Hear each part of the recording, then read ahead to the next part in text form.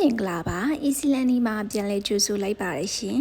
ဒီနေ့မှာတော့ ra နဲ့စတဲ့ဆိုရိုးစကားလေးတွေကိုပြောပြပေးသွားမှာဖြစ်ပါတယ်ပထမအဆုံးအနေနဲ့ရတက်လင်ဖျားတီကျွေမကျောင်းဆောက်ဒီစကားလေးရဲ့အတိတ်ပဲကတော့ပေါ့နော်တာမန်ပစ္စည်းဥစ္စာချမ်းသာယုံတွေကတော့ဖျားတီနိုင်နေတဲ့ဒါပေမဲ့အလုံးအင်မတန်ပြေဆုံးကျွဲဝါမှသာအကြောင်းဆောက်လို့လူတန်းနိုင်နေဆိုရယ်အတိတ်ပဲလေးပဲဖြစ်ပါတယ်ဒီနေရာမှာအရှိမပေါ့နော်ရလို့ပြောခဲ့တာဆိုတာရပလတ်နဲ့ရကောက်ရဲ့အတန်ကမူရင်းအတန်ကွဲပြားအောင်ပြပြခဲ့တာပါနော်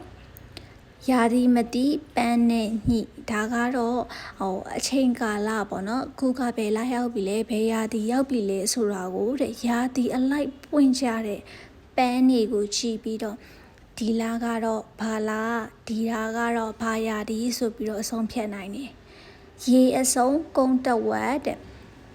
သူရဲ့အချိတ်ပဲလေးကတော့ကိုကပစ္စည်းတစ်ခုခုကိုပြောင်းဆုံးသွားတယ်အဲ့ဒီပစ္စည်းကိုရေမှာပြန်ရှာတွေ့တယ်ဆိုရင်ပြန်ရှာတွေ့တဲ့သူကိုအကုန်လုံးပေးရတယ်တဲ့ကုန်းပေါ်မှာပြန်ရှာတွေ့တယ်ဆိုရင်တော့ပြန်ရှာတွေ့တဲ့သူကိုတဝက်ပေးရတယ်ဆိုတဲ့အဓိပ္ပာယ်လေးဖြစ်ပါတယ်နောက်ထပ်ဆိုရိုးစကားလေးကတော့ရန်လိုကရန်ပိုသည်ရန်မလိုမှရန်ပြိုသည်တဲ့ဒီရဲ့အဓိပ္ပာယ်လေးကတော့ပေါ့နော်ကိုကတယောက်ယောက်ကိုရန်ပေးရန်ပေါ့နော်ရန်လိုရဆိုရှင်ကိုမှပေးရန်နေရရှိတယ်တယောက်ယောက်ကိုရန်မလိုမှသာကိုမှပေးရန်နေရကင်းရှင်းမယ်ဆိုတဲ့အဓိပ္ပာယ်လေးဖြစ်ပါတယ်နောက်တစ်ခုကတော့ရှင်ကိုလူကိုမျှတယ်ဒီစကားလေးရဲ့အဓိပ္ပာယ်ကတော့ယဟန်တန်ဃာတွေကို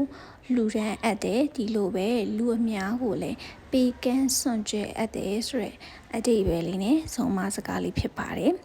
ခုလိုဆိုရိုးစကားလေးတွေကိုနေ့စဉ်နဲ့များဘ ഹു တုတရပွဲသင်ပေးသွားမှာမို့လို့ဆက်လက်ဆောင်ရွက်ပေးကြပါအောင်နော်အားလုံးကိုကျေးဇူးတင်ပါတယ်ရှင်